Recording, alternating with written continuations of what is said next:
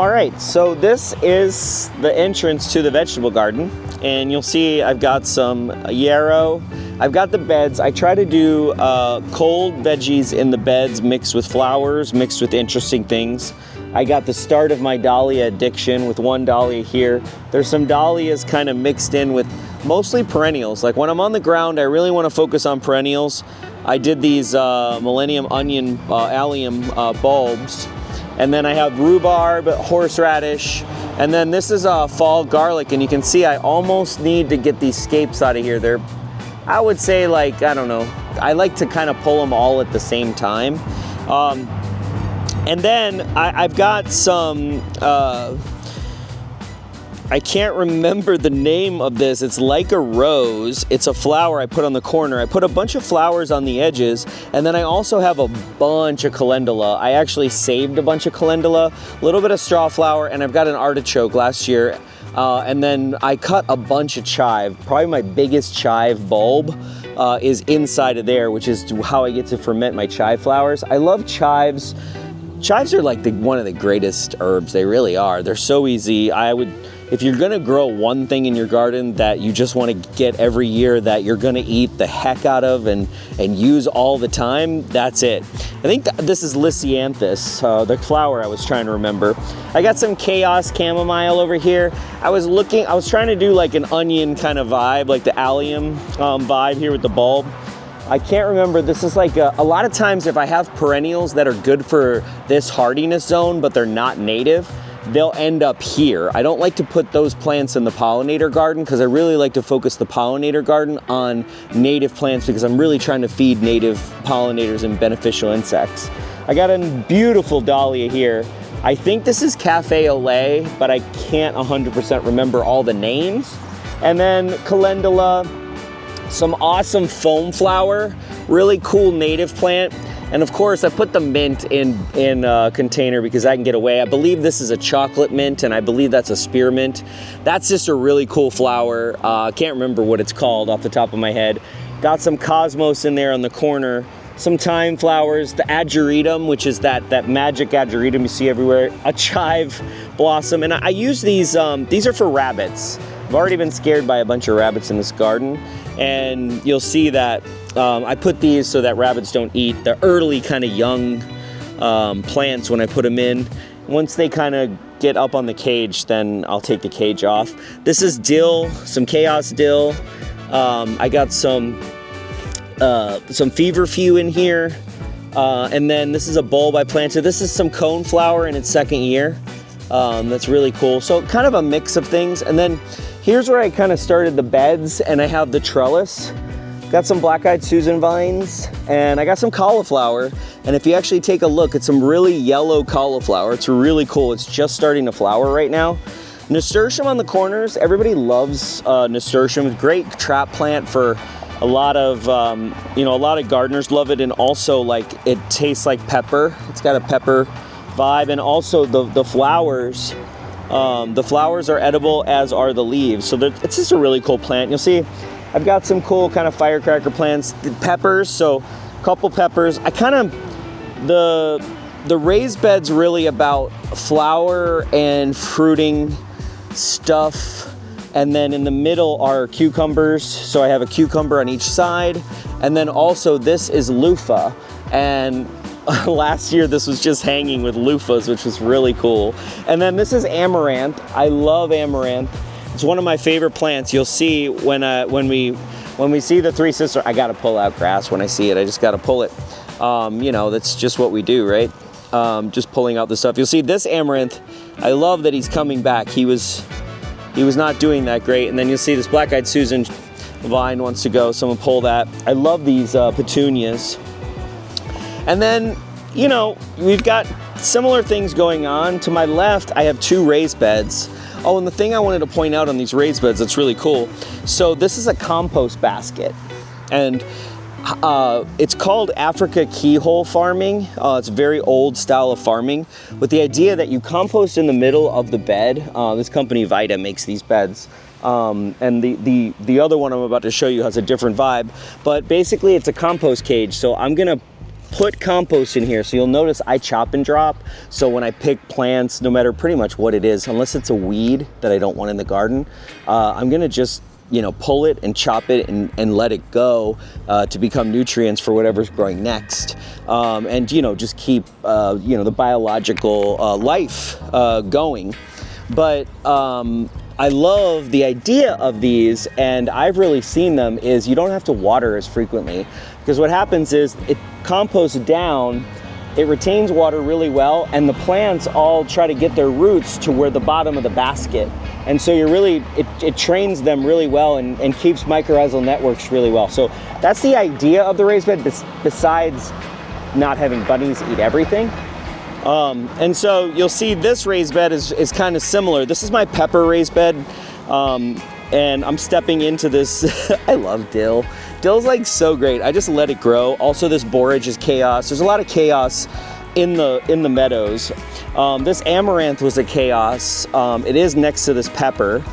Amaranth is in, I believe, the aster family. It really, a lot of people would be like, that's really bad to have it. Also, you'll see in my other bed, I have a chocolate sunflower, and there are some studies that show that sunflowers do really well with vegetables, as long as you don't have the vegetable like I do right here, so close inside of what the halo, the plant halo. But I live dangerously. I'm pretty aggressive, so I love to have flowers in the containers. And so the idea is there's some alyssum and all different kind of flowers to just really convince insects to come over here. And then parsley. And then I have peas here on the back, which I started a while back. Got a tomato back here. And on the back beds, because I have south sun, I get really early morning stuff. And then I also, when we're in the dead of heat, it's a little bit shaded. And then as the sun's coming back over, it still gets light. So it's still a full sun environment. Because the beds are so deep, and I go all the way to underneath, which is a little bit extreme, but because of that, this retains a ton of moisture, and so I don't have to really water them as much as, say, only a 2-story bed or a 3-story bed. Or even this bed, the compost is in the middle. That's why I have this piece of cardboard here, and so this is actually my compost pile, and I just put this piece of cardboard so when it rains and stuff, it just retains the moisture.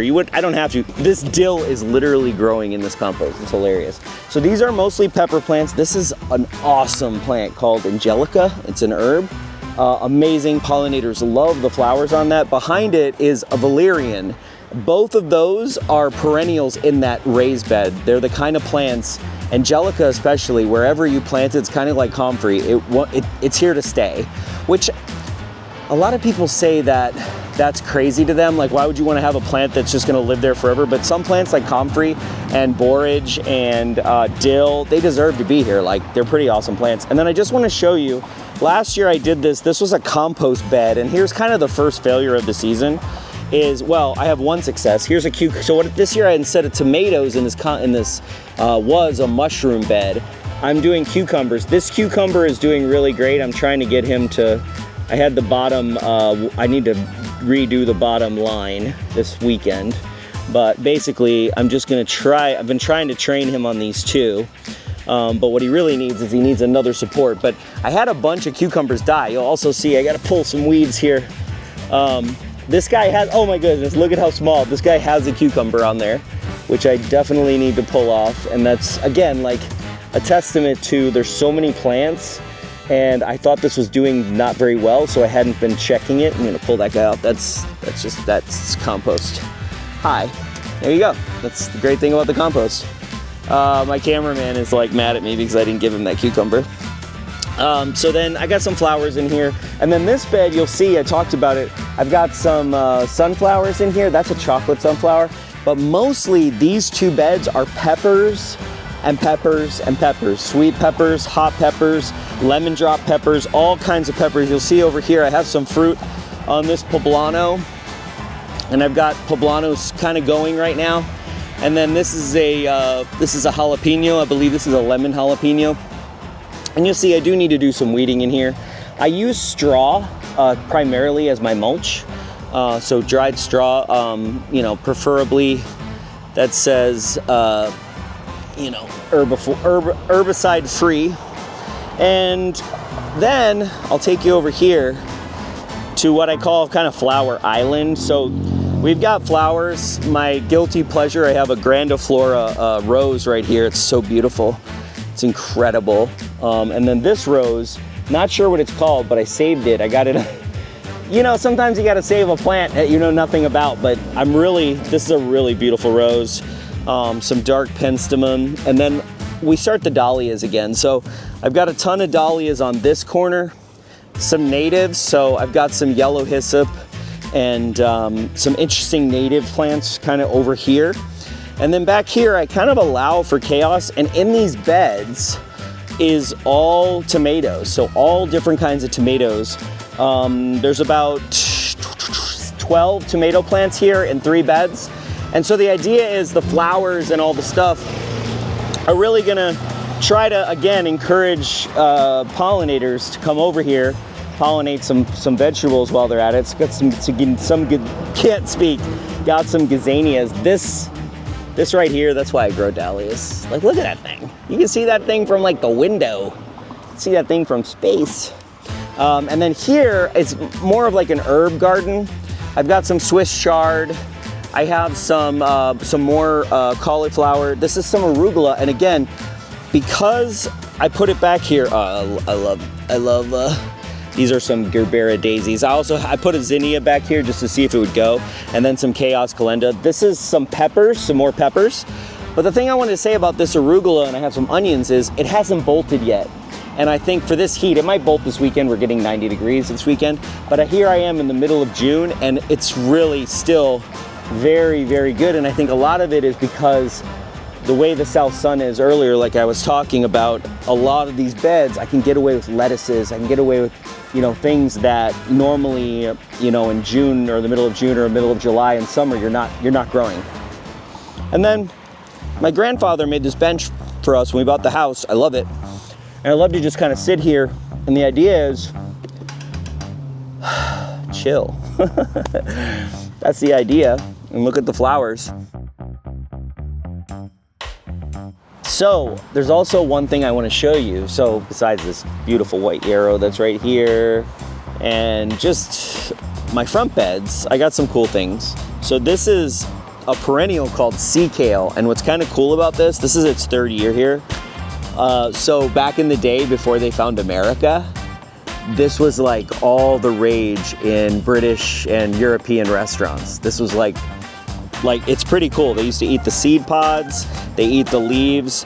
In spring it gets a little like broccoli, but you eat the whole thing, and it was very cool back in the day. I've got a bunch of this. This I started in January. This is Valkyrie Aster, I believe. It's in the Asteraceae family.